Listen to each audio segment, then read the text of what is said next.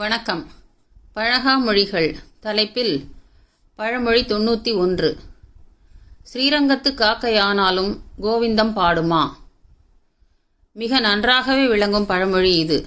ஆம், ஸ்ரீரங்கத்தில் பிறந்து விட்டதாலேயே காக்கையால் கோவிந்தம் பாட முடியுமா?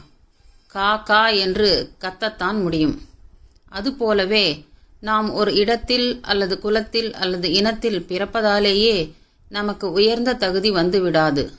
நமது ஒழுக்கமும் அறிவும் பண்புமே நம்மை நல்ல மனிதர்களாக வாழும் தகுதி அளிக்கிறது என்பதே இந்த பழமொழி சொல்லும் விளக்கம் ஆகும். நன்றி.